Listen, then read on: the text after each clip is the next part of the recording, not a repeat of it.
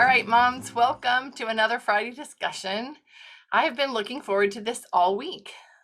This week, as you saw, the assignment was you find something in that book, the Catch the Vision book, or something else, whatever the spirit kind of directs you to, and you do your own searching, reading, studying, and then bring to the Friday discussion something that moved you, something that impressed you. And if you don't have something, that's all right, because you'll learn from all the other things that are shared by other moms here. But I do encourage you to be working through the Catch the Vision course. It really, truly is amazing. It's interesting for me to read the posts that are in Well Educated Heart on Facebook. I'm amazed always at the patience that Marlene has. She's been doing this for years and years. And still, every time someone asks the same questions, she gives them her time, her resources, her thoughts, genuinely and lovingly and patiently, and is working with all the moms that are trying to figure out, how do I do this? How do I grasp these concepts, and how do I actually bring them to life for me and for my family? And so much of it is unlearning things that you've thought all along, all these years, just unlearning those other things, getting those older ideas out of your head, opening up to some different possibilities, and realizing that what is not required, but how this works is actually simpler than anything you've ever done before. I mean, it's simpler than not doing anything, because you feel a little bit better, because there's what's going on. You know that there's a foundation. You know that there are some guidelines to direct what you're doing. And you can see what it is that you're doing. You can see the fruits of your labors. So it is such a beautiful pattern for learning. So I hope you're beginning to see that as you're studying for yourself. And like Marlene suggests, 5 minutes a day. 5 minutes a day. We can each find 5 minutes a day. And I know even there are times during your life when you think, no, I really can't. You don't understand. But I do. I've been there. And you can find 5 minutes at the very, very beginning of your day, or at the very, very end of your day, if nothing else. If there's no other way, no other time, then there's something at either the beginning or the end of the day. And I know, and I might even have Cadence or Linnell share a little something about that, because not when the time is specifically, but just the fact that we can find some time if we really want to do that. So, Lindsay Cardall, were you going to share something? Okay, she just was switching. Okay, from your car probably to your. Okay. So, let me go ahead and do that. Linnell or Cadence, would either one of you want to share something about your new habits that you're creating? And again, this is not to say that this time of day is for everybody. It's just that you could find a time and choose to do something about that. So either one of you. I'm trying to still figure out what I'm going to say. Well, I will say it has been really awesome. So Linnell and I have both been trying. Linnell's been helping me so much. She's been helping me to wake up, like be motivated to wake up at 5 a.m. and just get started on my day way before the kids are up, except for now that they're waking up earlier. So Linnell's having this problem too. Our kids are waking up earlier and we're like, this is less and less time. But the other day I had an hour and 45 minutes of peaceful silence where I was like rested, and I study my scriptures and I read. Would you please stop and eat in the kitchen? And then eat in the kitchen. We've got food. And then I can. And then my son likes to come down at 6:30. So, and today all three of them got up at 6:20. Whatever, it's okay.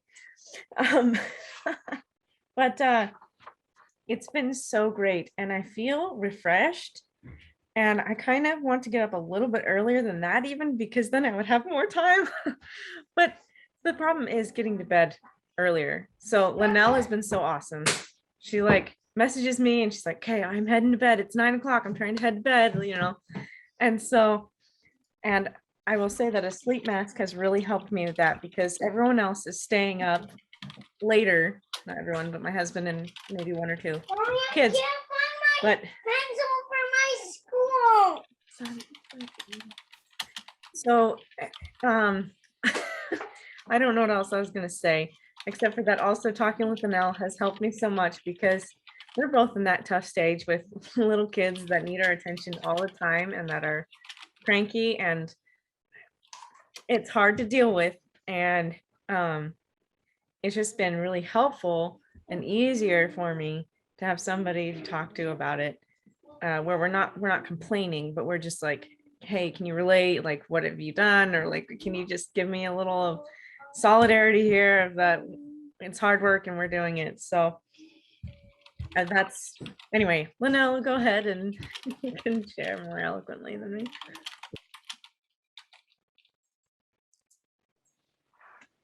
I think that was perfect, Cadence.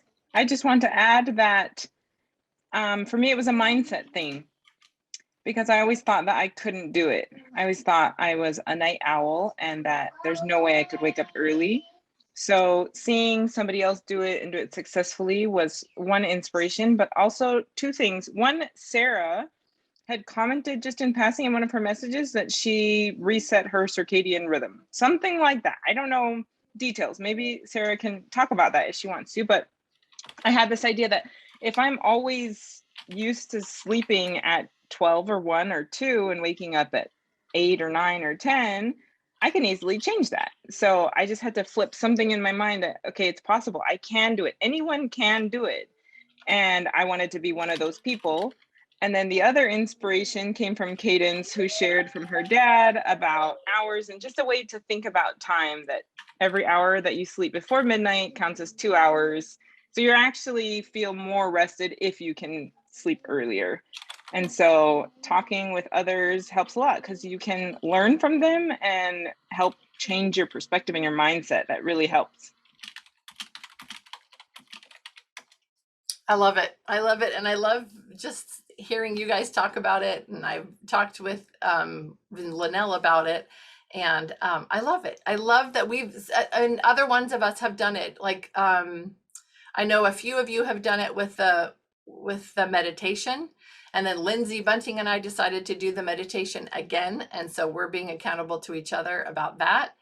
I took Linnell up on her offer, and she's helping me be accountable on my sleep, moving my body, drinking water, and making sure I eat breakfast and lunch, which I'm horrible about doing.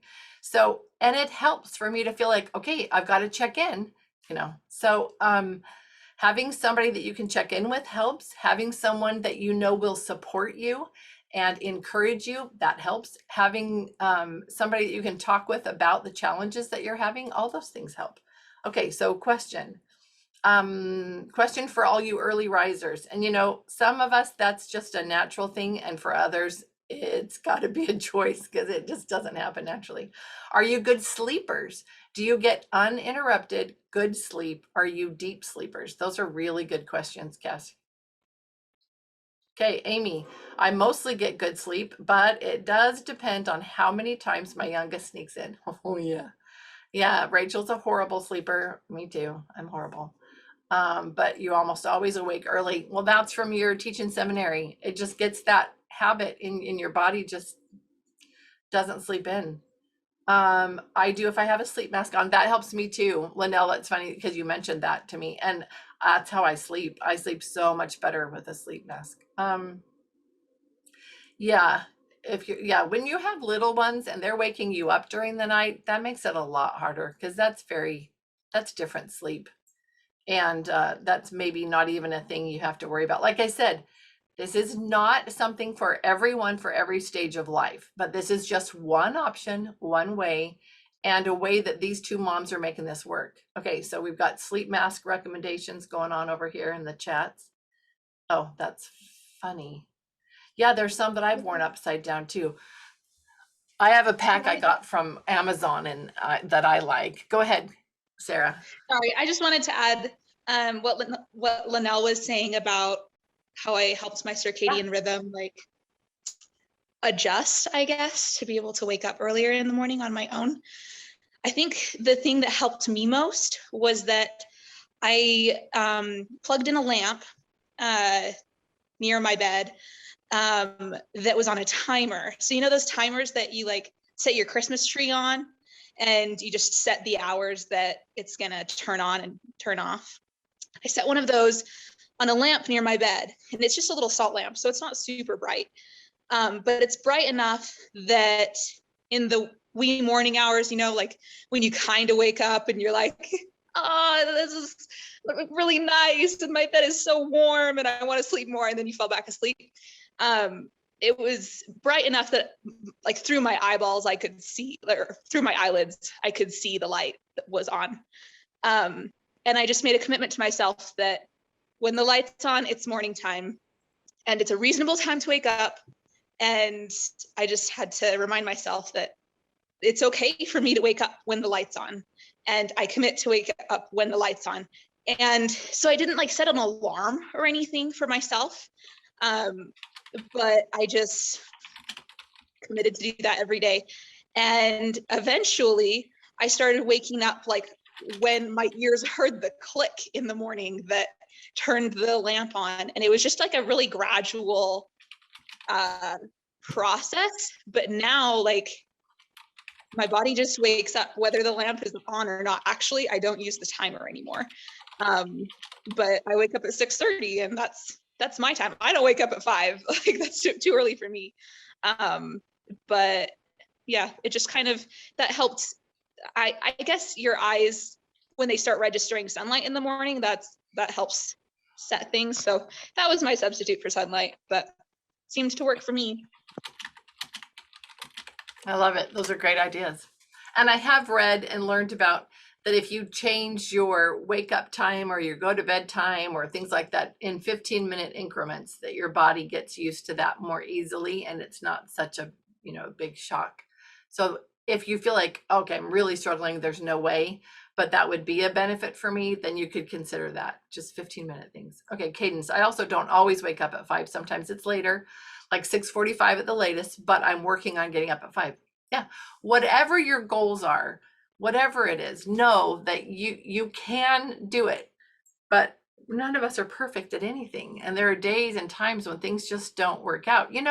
Yoga is a good practice to do because of the things that you learn in your head. Things like, oh, I can do this stretch today and I couldn't do this yesterday. Or, oh, I'm tighter today, I can't do this as much as I did the day before. And that's okay. It helps you tune into listening to your body, paying more attention to that, respecting and honoring that. So that's important too, for us to not do something just because somebody else is doing it, or not feel guilty that you're not doing it just because someone else is doing it, but figuring out what works for you. Okay, I was just curious how that was going, and I appreciate that. Linnell, go ahead. Yeah, I want to put in a plug for anyone who says they can't do it but wants to do it. So absolutely, if you don't want to do it, and if you think it's not for you, then don't worry about it. But if you think it would be helpful and want to, but you're like, I just can't do it, I've been learning that we're so capable of doing hard things and of changing. And I realized this when, like, my kids, I'm not a good swimmer. I'm afraid of swimming. I'm afraid of waves. I've had some experiences that I just am not a good swimmer. And so my kids are not good swimmers, but I see other children, and they're younger or the same age as my children, and they're amazing swimmers. So I think that I can't swim, and I'm worried about my kids swimming, so I don't let them swim. So I feel like our minds hold us back a lot. Yeah. And so I look at other children, I'm like, well, their kids can do it just fine. So it's not a capability thing, it's a thinking thing. If I think I can't do it, then of course I'm not going to be able to. But if I put my mind to it and I actually am open to the idea, then I can do a lot more. And I've seen this in so many things, just like climbing trees. I think it's unsafe and it's scary and don't do it. But my friends' kids are climbing up trees like no problem. And so if I don't hold myself back, then imagine the limits that can be broken and how far I can really go. I love that. That's really good. And in fact, I'm going to ask Laura to share some of her thoughts with us if you can, Laura, about the weaving loom, the videos that we were watching about the loom, and then some of the people's responses. She was sharing something with me yesterday, and I said, you ought to share that. You ought to speak about that. So I love, is Melissa even on here? I loved her loom stuff. That was so cool. And Lindsay Bunting and I had been talking about, she had just read a book or about, about how we need to be like the queens of our home. And even a mom needs to play. And it's not go out and like play tag with your kids play, but find your mom play.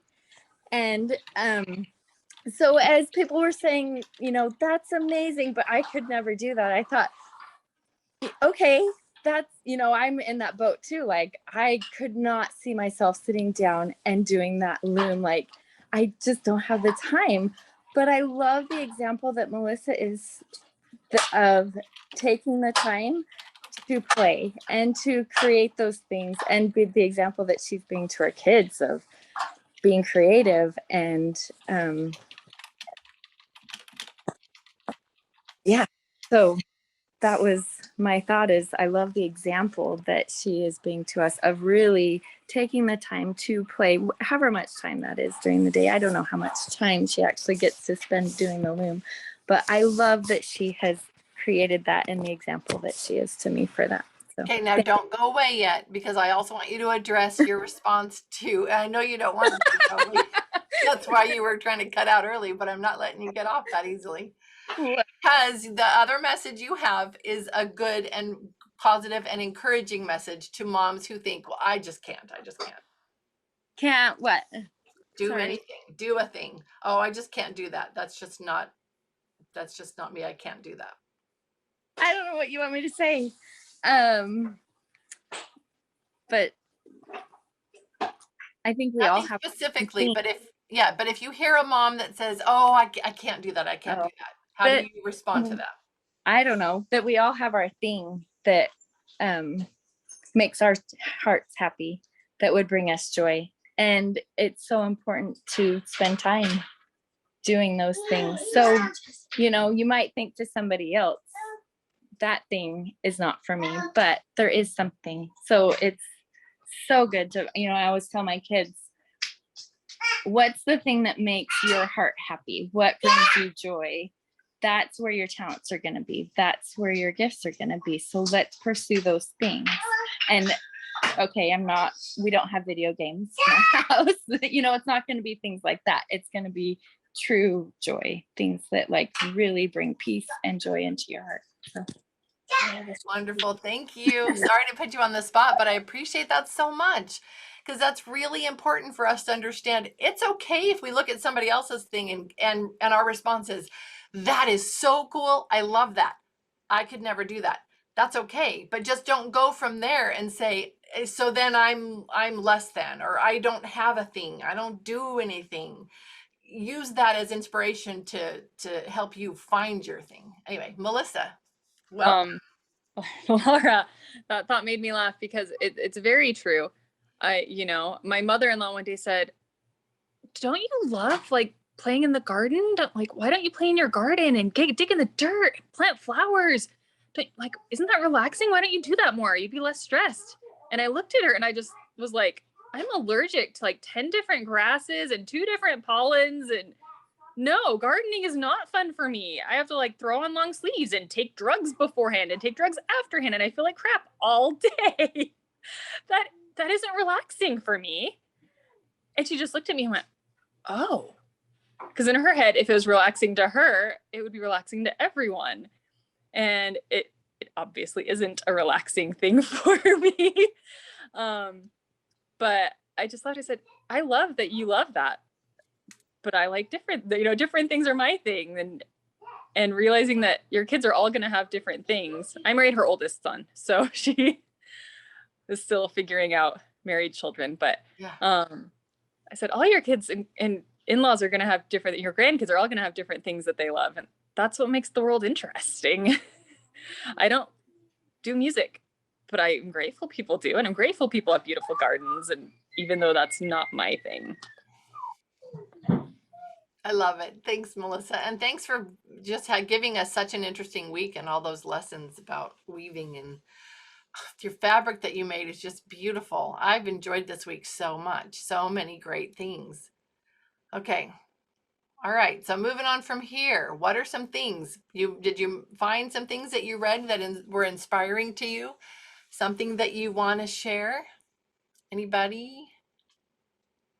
And it's funny because I watch you. If there's somebody who it seems like they want to, they're looking around to see, okay, is somebody else? Is that okay? So just go for it.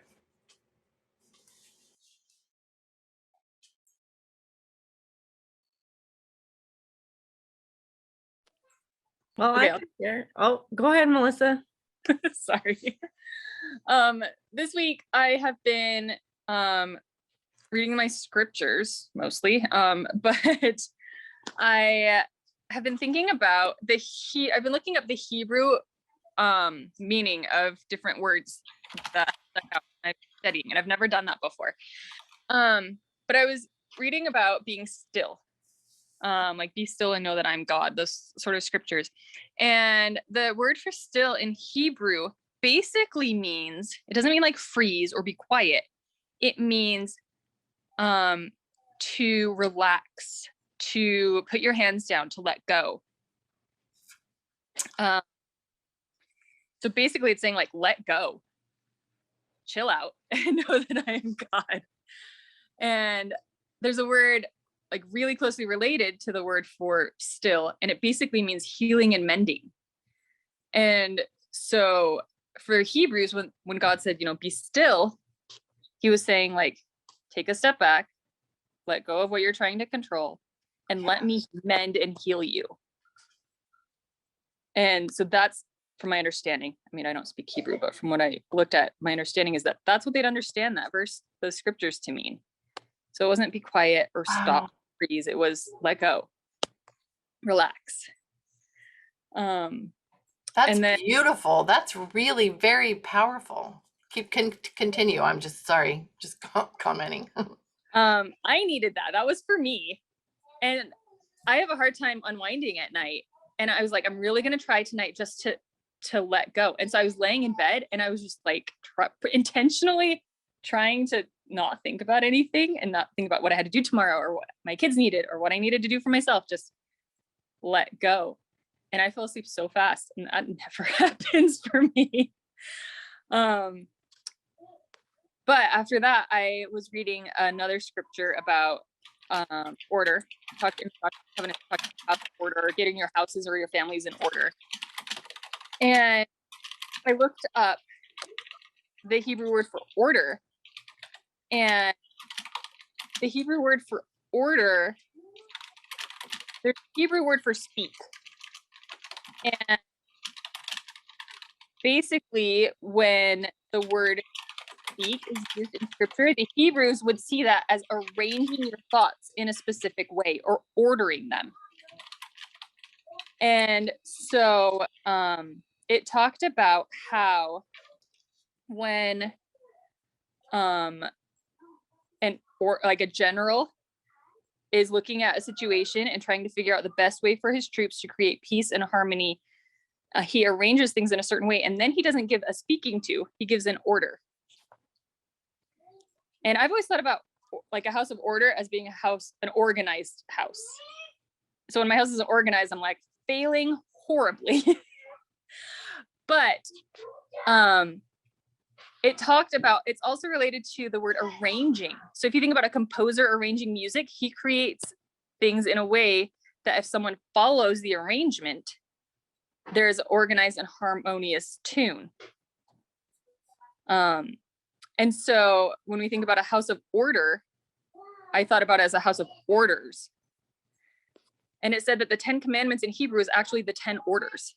Huh. And so it made me think about things in lots of different ways, like as, the Savior creating the world. It says, and he was the word and the word spoke or something like that. He was organizing it. and then giving orders. He was creating the way he wanted it to be and then giving orders. And that word is also related to the word bee in Hebrew, because bees are really organized, but it's also created to the word nature or wilderness. Because in Hebrew, cities were places of chaos and disorder, where there was people behaving badly and crime and whatnot. But when you go into nature, everything is organized the way God has it organized. And so to the Hebrews, a place of order was nature. That's what it meant. And so thinking about all of this, about composing and arranging and having a house of orders instead of being organized, which is how I associated it in my head, is making me think about all of this in a very different way. That's really interesting. And thinking about patterns and design. And I don't know if any of you saw I think it was just, I don't know if it was last night or this morning, I saw on Facebook, somebody had posted the pattern of the sun and Earth and Venus, and was it Mars too? But if you mapped their rotation, their pattern, and then they showed the pattern that it made, and it was this beautiful, kind of like fractals, like those patterns that we find all through the Earth's creations. And there's order and everything, and these beautiful, balanced, symmetrical patterns to everything. So it's really interesting that word has to do with is connected to nature. And nature has all of these patterns of perfect order and balance and things like that. That's really interesting. That's something I'd like to study more. It made me think about patterns, because you think about ordinal numbers are numbers in order, but they're not organized numbers. We don't call them organized numbers. Right. And so in my head, I made that connection to patterns more so than organization. Right. And I like the word arranging, too, because and I love this in connection with the thought that everything that is that's physically created was spiritually created first. And that's a tool that we can use in our days. If we think about what we want our day to look like, we can spiritually create our day. I'm so sorry. Spiritually create it in our heads before it actually happens. And it really does help us to be more successful. We could use that on the getting to sleep earlier, getting up earlier, any new habits that we want to do. I'm using that for me, for my getting up and moving my body. I'm just imagining myself doing that, creating that spiritually, as I think about that before I actually go do it. And it's really helping. So anyway, wonderful thoughts, Melissa. Thank you. Okay, Cadence. Your turn. Okay. Sorry, just pulling things together. Okay, so I was reading, this was in the book, like page, please don't turn on the vacuum. This is not a good time. Okay, so this was talking about the imagination is the source. The imagination is the source of all inspiration and interest in life. And so it was talking about how when we that we're doing the opposite of, sorry, my child is distracting me. Okay, hold on.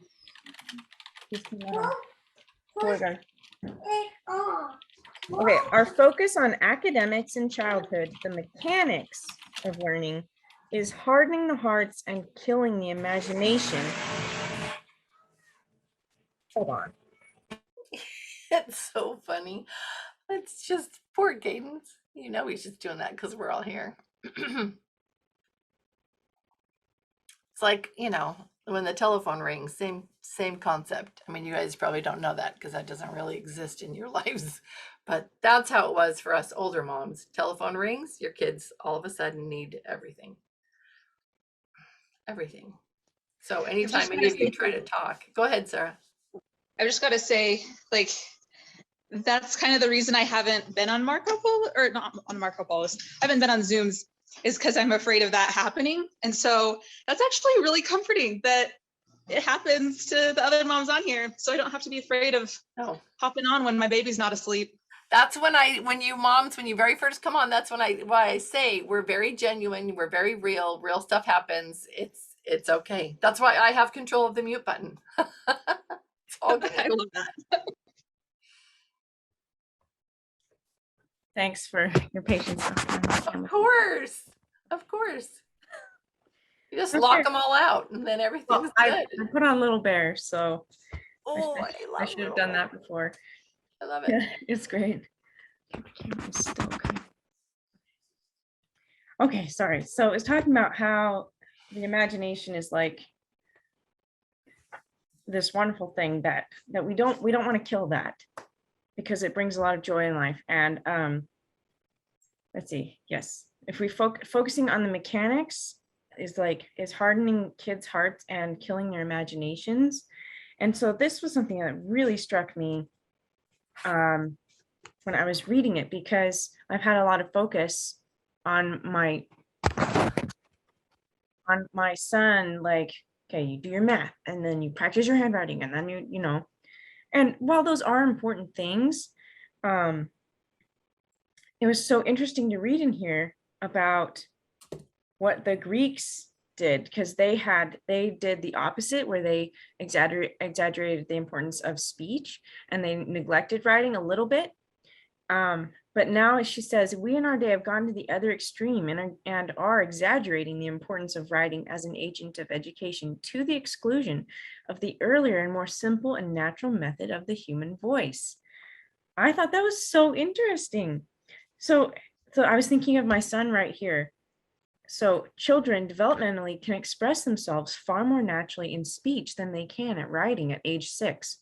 So I was thinking, I keep trying to have my son write his story about a tank, and he's struggling with it, and he's so mad about it and doesn't want to do it. He has this great story in his head, he just can't get it out.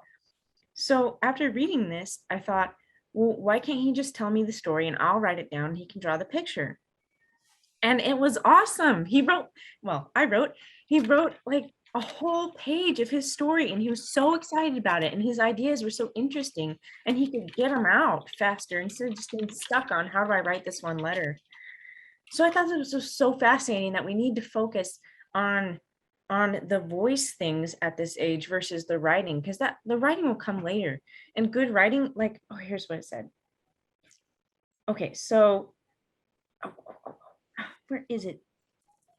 You'll Yeah. find it. Don't worry. Anyway, talking about how if you have an imagination, you will naturally be a good writer. But if you just focus on those mechanics, it lacks the imagination. I mean, it won't be as interesting to write what you write. And so the other things besides telling your story or doing things out loud is reciting poetry, expressing thoughts and ideas in conversation, encourage them to read aloud, engage in dramatic experiences like plays that you find in the enrichment section. The more you focus on writing skills in childhood, the more you will shut down this gateway to the heart and to the imagination. Boy, is that true. And boy, do they get mad when you push it too hard. They don't like it, and it's natural for them not to. And so I didn't realize that I was stifling this thing, because I thought I just have to push them to do what they should do or whatever. And while there is a place for that, maybe it's not in these first formative years from, age 0 to 8. And these are the heart years when we use the heart languages. And I've been hearing this, through Welsh Educart, but it's just like finally sinking in about specific things I've been doing. Right. You are catching the vision about that concept. And I love that. I love watching that happen. And, this is a thing that I will teach, try to teach moms, but you have to come to it on your own. You have to get to that place. You might have heard it a bunch of different times, but there'll be a time when it clicks, when it makes sense for you. And all of a sudden, but those little hands, pencils or even typing or whatever, but getting all those words on paper, if you insist on having them right, you're going to get tiny little short stories and nothing that's very interesting and no big words, because they're going to be afraid of all that. Go ahead, Cadence. Oh, yeah, sorry. Whenever you're done, I was gonna just read the last little thing Yeah, that yeah. I just I wouldn't have said this is true. I mean, 5 years ago or whatever it was. Okay. So sometimes I hear a mom say that she feels like she's neglecting her children's education because all they're doing is reading aloud lots of stories, and her kids would just want to engage in imaginative play all day or go outside and play in nature. Well, guess what? That's exactly what they should be doing if you want to tend to their imaginations. You have been called to be an artist, not a technician. Boy, isn't that good? That's so good. I mean, in these heart years. And don't be too excited, too anxious to get to get out of the heart years. Don't ever leave the heart years. You can add some things, but don't look forward to getting out of it, because that's the other thing that you know that would be a temptation, is to move on to those technical years. They will do that on their own if they have an interest that way. Otherwise, keep doing the heart years. They are not going to be hurt by getting out of the heart years. Okay, Rachel's question: what do you feel qualifies for being out of the heart years? Nothing. Do you want to be out of the heart years? Are you out of the heart years? You know, as an adult, I mean, most of the adults around us are, and we're struggling to get that back into our lives. I would say don't you dare, get out of the heart years. But yeah, there's a balance between mind and heart. But so you fill up and you do all of this heart learning, and then you add in, the intellectual part, the mind part, as you want it, really. I didn't add it back in with Michael, and I wish I'd done that with the other three. I mean, they sort of did that on their own, but it was absolutely incredible what came to him, all of the mind part that came because he wanted it. So yeah, Lindsay Cardall. Okay.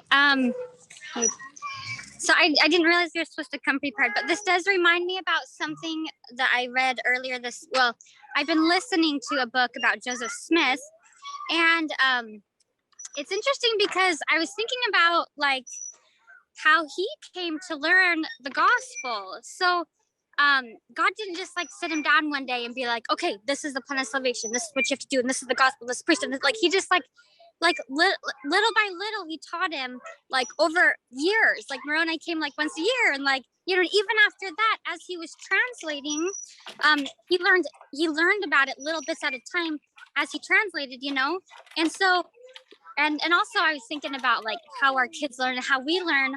So he saw it, he read it, he heard it, he wrote it, and those are all ways that we like learn things and study things and memorize, really, but and I was thinking, like, since he couldn't just like breeze through it all, like sometimes we want to just like hurry and get through something. He couldn't do that because he could only go as fast as he could read it and as fast as it could be written, and then they'd stop, and it took a long time.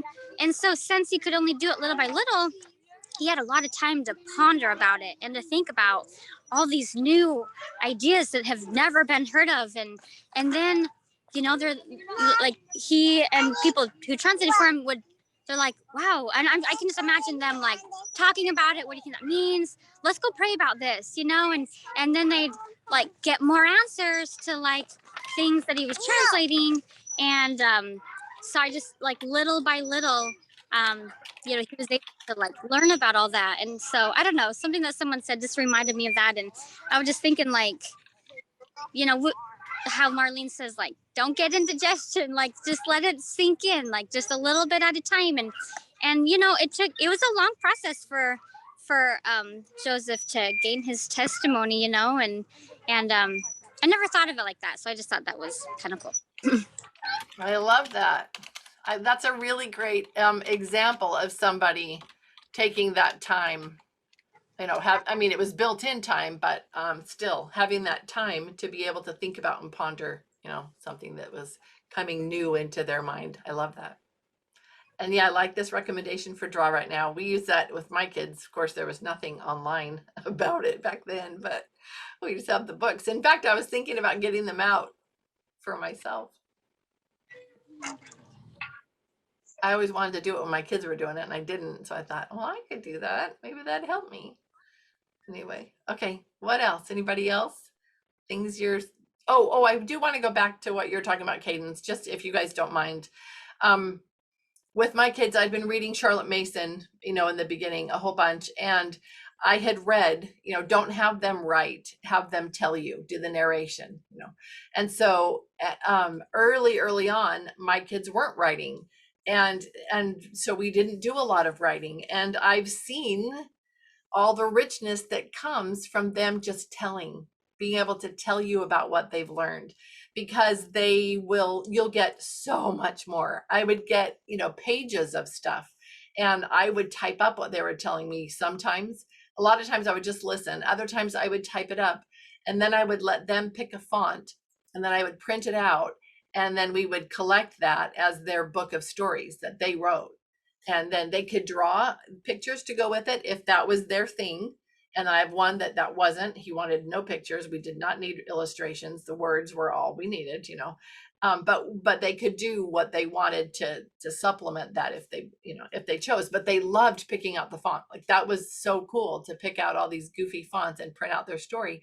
And then it also gave us something, if you still have those people on the fringes that are wondering what the heck you're doing at home, why your children are playing outside all day long instead of sitting, doing boring book work, you have something to show, right? But it was really fascinating to see how they would come alive if they got to tell me about it, and then I would see what my nephews were bringing home from school, and it was 2 lines, of something that they'd written.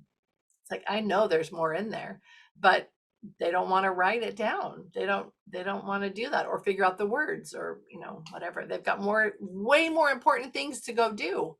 And they really do. They should be out playing, right? And so we just forget that. And we have got the pattern in our heads of, well, this is what we did. This is what you do to learn. You sit down, you're bored, you don't like what you're doing. Great. Okay, now we're learning. Now the learning is happening, right? And I'm not saying that that's how all public school is. I'm not slamming public school or teachers, all the amazing, wonderful teachers, none of that.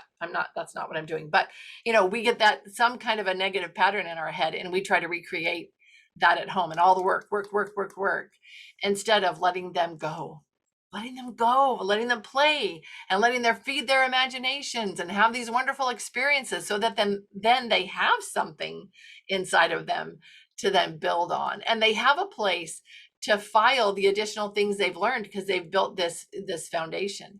Anyway, I just love watching children learn. I think it's fascinating, and it's so much easier for me to watch and look from this perspective that I have than for you when you're right in the middle of it.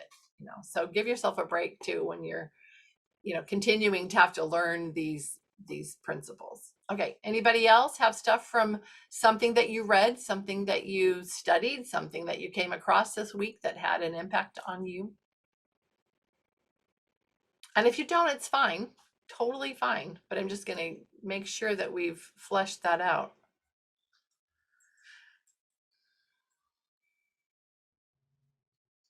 Okay, Cadence. I stopped requiring work earlier this spring, and my kids have taken up writing stories, doing art tutorials, reading about space, anything that they're interested in, and they won't stop talking about it to anyone who will listen to them. I love it. I love it too. That's great. That's what happens. I mean, really, truly, if you think about it, look at this group of women. We came together in the beginning. It was like, well, quiet and a little bit of talking or sharing here and there, and a couple of good warm experiences now and again, and now it's just like, oh my goodness, the Marco Polo group is nuts. We can't stop sharing. So I love it. Linnell, were you reaching for your mute button? Okay, just making sure. Okay, I'm going to recommend a series of children's books when I can remember, so look in the chat for that. Laura, you go ahead. But there's a series I want to share with you. So anyway.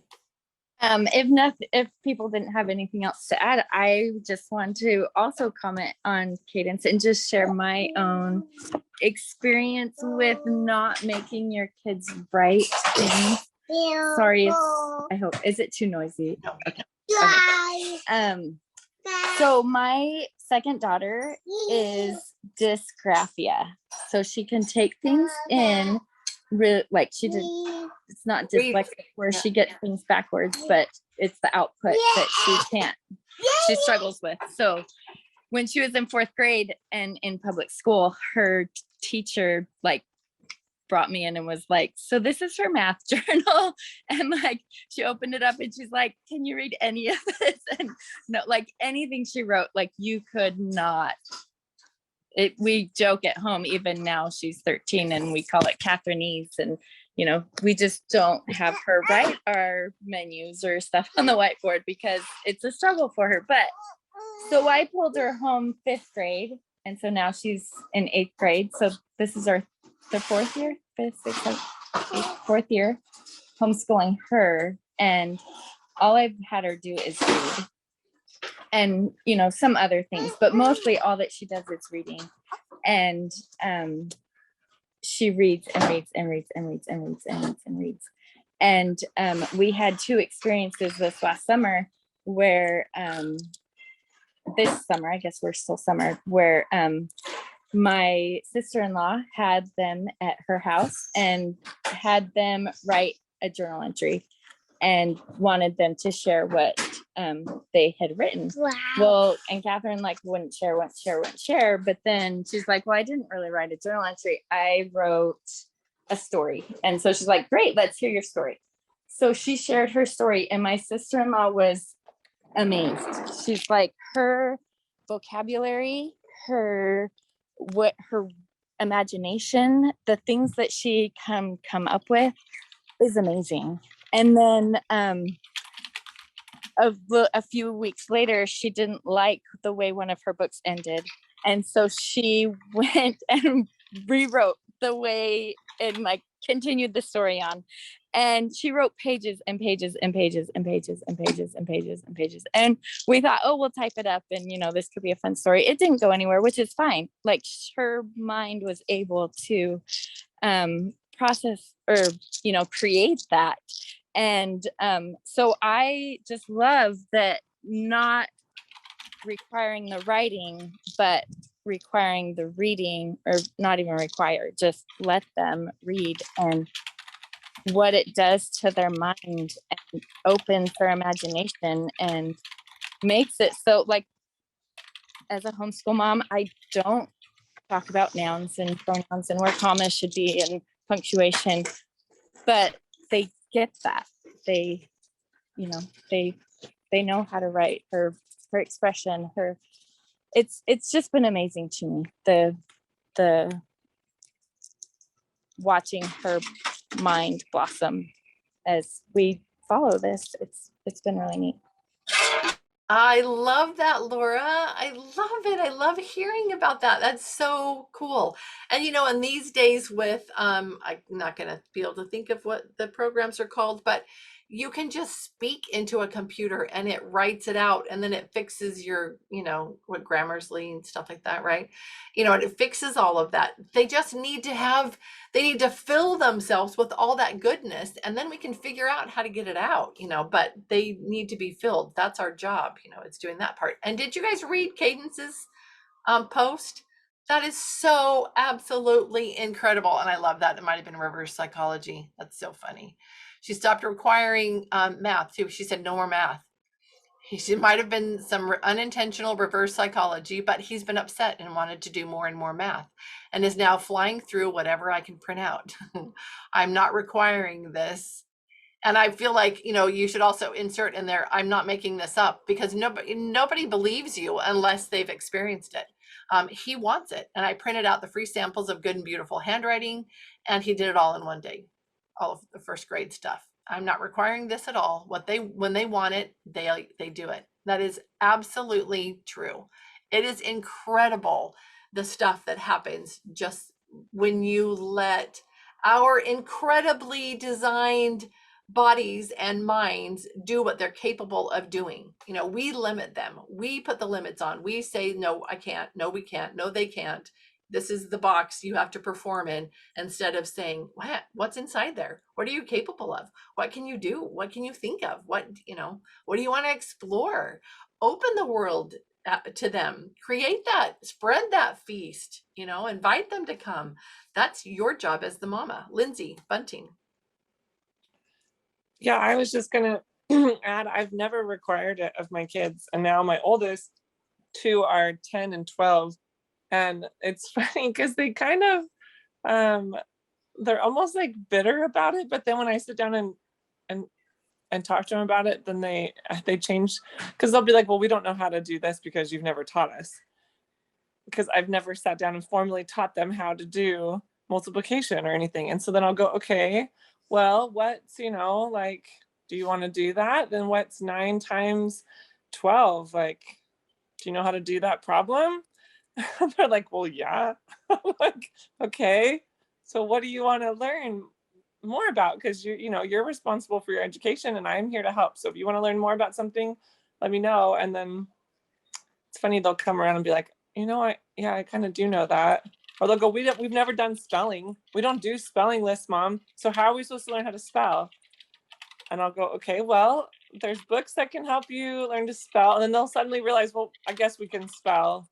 We know how to spell most things. I don't know. It's just like this weird, like they, in their heads, even though they've never been to public school, I guess they're comparing to like cousins.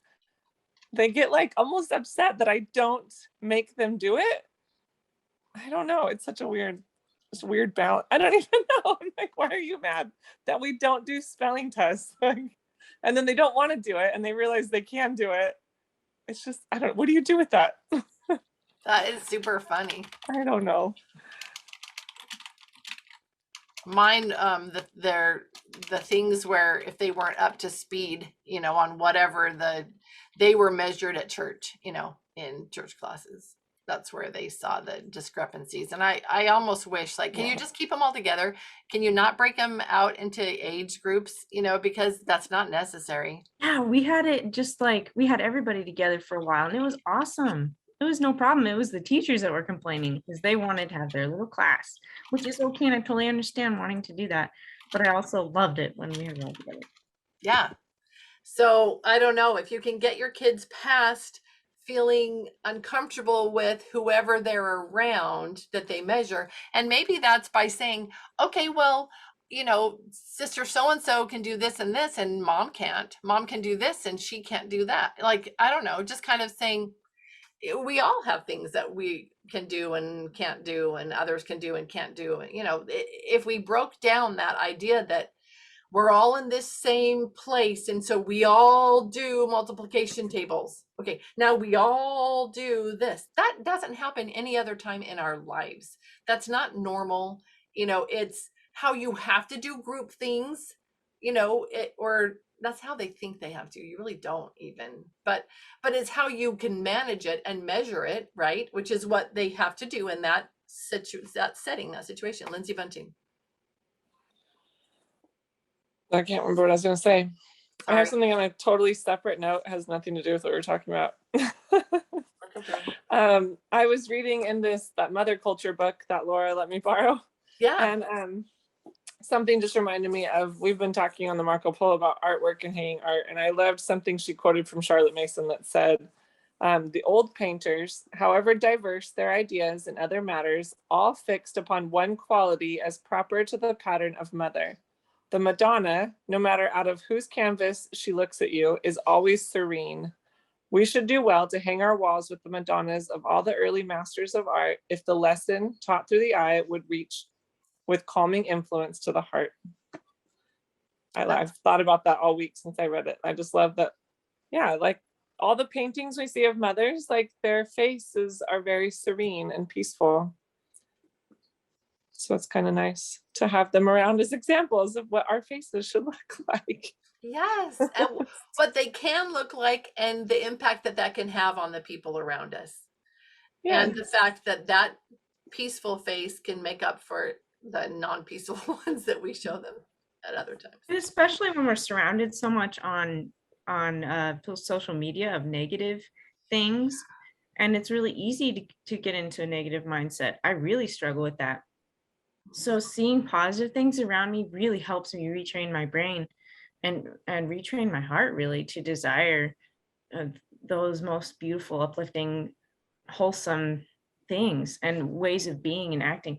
Like the stories of mothers who are super patient with their child, or, you know, like at first those could seem really discouraging because you're like, I am not like that.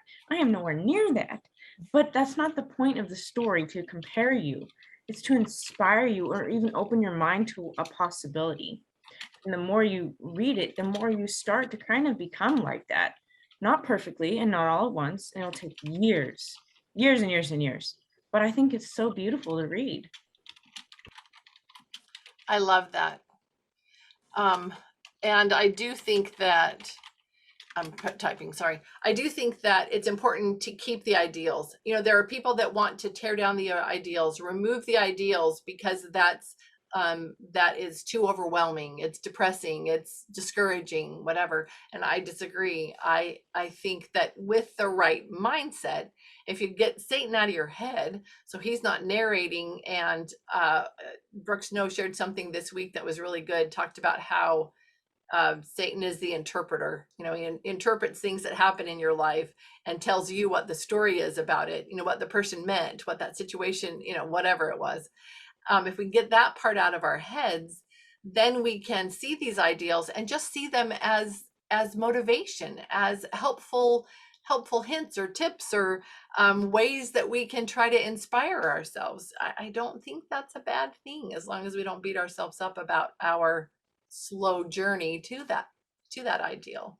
I think it's important. So I put a little note in the chats. Why do advertisers pay hundreds of thousands, even millions of dollars to show you a picture for 30 seconds? You know, pictures have impacts. Are impactful. They can impact us. So surround yourself with beautiful, serene, calm, motivate, whatever it is, whatever is inspirational to you and helps you feel whatever it is that you want to channel for the mom presence in your home, you know, whatever that is. Surround yourself with things that remind you of that and inspire you to that. Sarah, and we're getting close to our end here, ladies. Sorry, just one more thought before. Yeah. I know we're running out of time. You're fine. But on social media, I follow this page that just has a bunch of like little quotes and beautiful artwork. And this week I saw a post from them with a quote about how something about how when we see something beautiful, we don't recognize its beauty until there is beauty in us. It kind of was a reference to the light cleaves unto light and virtue to virtue type of a principle in my head, at least. And so I was just thinking about that as we were talking, that when there's something beautiful that you're presented with in literature or in nature or just like anywhere around you, like that will speak to the beauty in you. But like it's kind of symbiotic, that you have to nurture beauty in you in order to see the beauty that's outside of you. And I just thought that was really kind of an interesting concept, that we need to nurture both, like looking for beautiful things and also looking for beauty in ourselves. I really like that. That's probably very, very important for us to start understanding that concept, and we'll be more successful seeing the beauty around us. I love that. Thank you for sharing that, Sarah. Okay, ladies, any parting comments before we switch over to Linnell? And you're welcome to do that. Don't feel like you can't. And Amy's going to work on getting her audio for next week so that she can join us in sharing also. But it's been really good having you with us. Thanks for joining us. So anybody else? Any other part? Yeah, Cadence, go. Sorry. Sorry, I've talked a lot today, but it's been wonderful for me.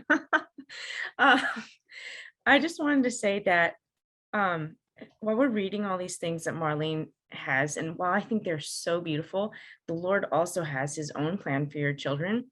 And despite what you feel like is the best thing for your child, he sometimes has another plan, and we really have to trust that, because he knows better than we do. He knows better than we do, despite all the wonderful, beautiful things we have. And we can still use those things, even if our children are going to public school because of prompting or personal choice or whatever it is. Like, I don't know. I just had to put that in there. I'm really glad you did, because I think about that a lot. I think about your situation, and I appreciate it because I've seen it happen in other people's lives, other family members' lives, where they wanted to homeschool their kids, but either some or all, or of theirs had to be in public school again. Not had to be, that sounds horrible. I don't mean it like that, but we do sort of start feeling that, because we feel this ownership and this, love of the having them home and all of that. But when they're supposed to be there, they're supposed to be there. And we don't have to understand why. But I love your faithful example, because it's super easy to do things, Cadence, when they go along with everything that we feel and think. That's easy obedience. And I'm so grateful for all those things that I can just easily obey. But like lately, there's some stuff that I'm really struggling with. It's hard to be obedient to things that you don't agree with, that just go against things that you really believe strongly about. That's hard. So I really appreciate your example. It's helping me a lot in the area that I'm currently struggling with, because I think, okay, Lori, imagine being Cadence. Imagine that situation. No, I'm serious. And having to do that, having to do a thing that you don't understand and that goes against what you would love to have be the situation, and you are doing it anyway. You are doing the hard thing. You are exercising faith that Heavenly Father really truly knows best, that He loves her more than you do even, and that He would never do something, put her somewhere that would do harm to her, that is something where she will grow from this. Something good will happen because of this situation. You are having that faith and that trust and that hope. And I'm so grateful for that example. Really, really grateful. Yes. And Lindsay Bunting, thank you. We're modeling to our children what it looks like to follow the Spirit. And that's what you're doing. And I love that. So good job, Mom. Good job.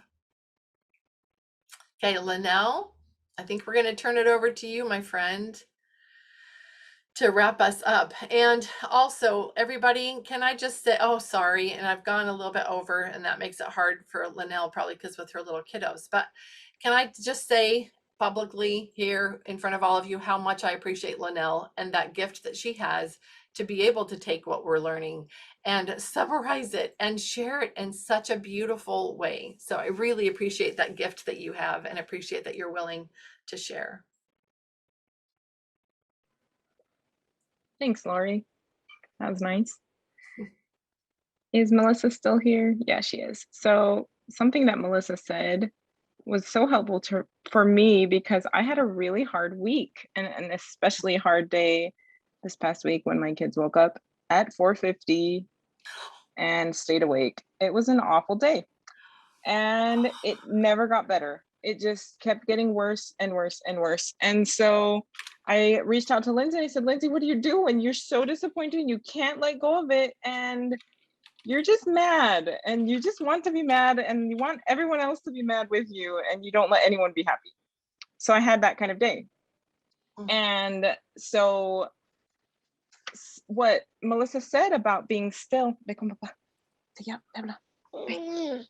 might have to come get her, sweetheart. Sorry. So what she said was that to be still means to relax, to let it go. And that's what I need to figure out. That is what I need to study up on. I need to learn how to be still and let things go and not worry about it, not let it bog me down and ruin my day. And one of the things I read this past week is about winter. It's on page 272. And Melissa said, you just need to chill out. And listen to this. It says, winter is the chilling time. And while on the surface it appears as though nothing is going on, it's an important phase of learning. In plants, it's a time when growth is temporarily halted while energy is held in reserve, building up for new growth. I just learned that without a sufficient chilling time, a fruit tree will generate fewer and weaker buds, and some seeds will just rot. When someone is out of control, like I was, we tell them to go chill out, and I needed that. So Marlene asks, are you allowing your children time and space to chill out in their learning, thereby allowing them a chance to build up their energy reserves and deepen their roots for a next burst of growth? This is on page 272. So that's what I needed for me. I need to learn that sometimes I need to chill out. Sometimes I'm learning too much, or sometimes I need to take a break and pause because of future learning that is supposed to happen. So I love the connection of be still and know that I'm God. Let it go. I'll take care of it. Be calm, relax. It's okay. Things are going to work out. Something that Lindsay shared with me as well is maybe we can think that this is a time to practice learning how to be fine when disappointments come. That it's so upsetting and frustrating, but we need to learn that and model that for our kids. We need to practice that over and over and over. So that was something that was personally very helpful for me, especially just now during this talk, that I appreciated. And then to wrap up a few other things, I'm gonna share a few things from page 277, titled The Gift of a Hungry Soul. And I love this idea that Marlene shares. She in prayer asked Heavenly Father once, why, if we are supposed to have joy, why is life so hard? And I could relate to that on that day this past week when my kids were awake at 5 a.m., 4:50 a.m.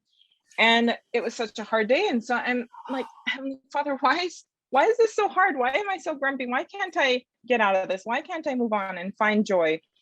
And so she talks, the idea that came to her mind is, imagine you're in a buffet and you enjoy it and eat everything that you want and you're so full. And then someone comes around and offers you dessert.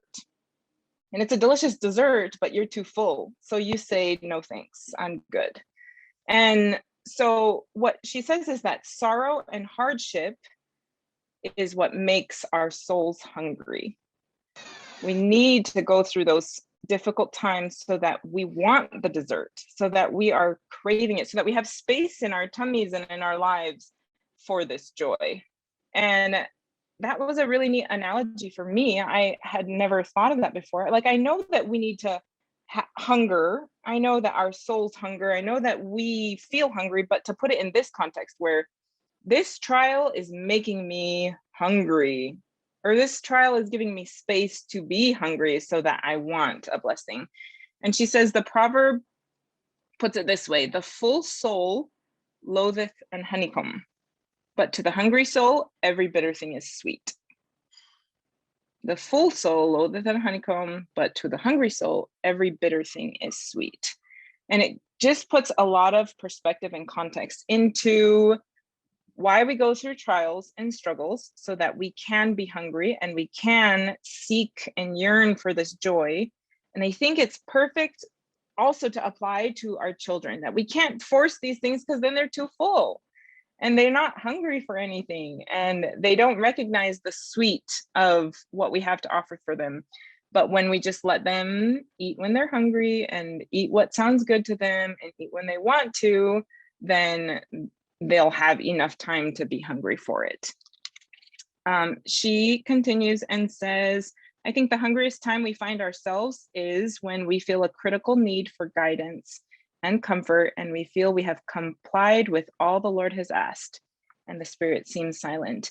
And so it's a great, I really enjoyed it. You can go and finish reading it and read more on that on your own if you'd like, but I appreciated this idea that we need to allow ourselves to be hungry, and sometimes that hunger comes in trials, and sometimes that hunger comes in waiting or in not understanding or in being grumpy.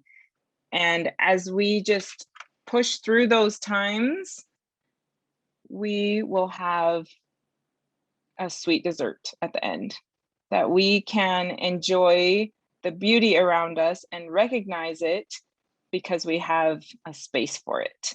And so that will help me this week. That will help me when I have those frustrating moments. That will help me when I'm really upset or disappointed. And instead of just getting down on myself, I can remember to be still, to relax and let it go. And I can remember that this is just my soul digesting some food that I need some space to grow again. And it will be a wonderful, delicious dessert afterwards.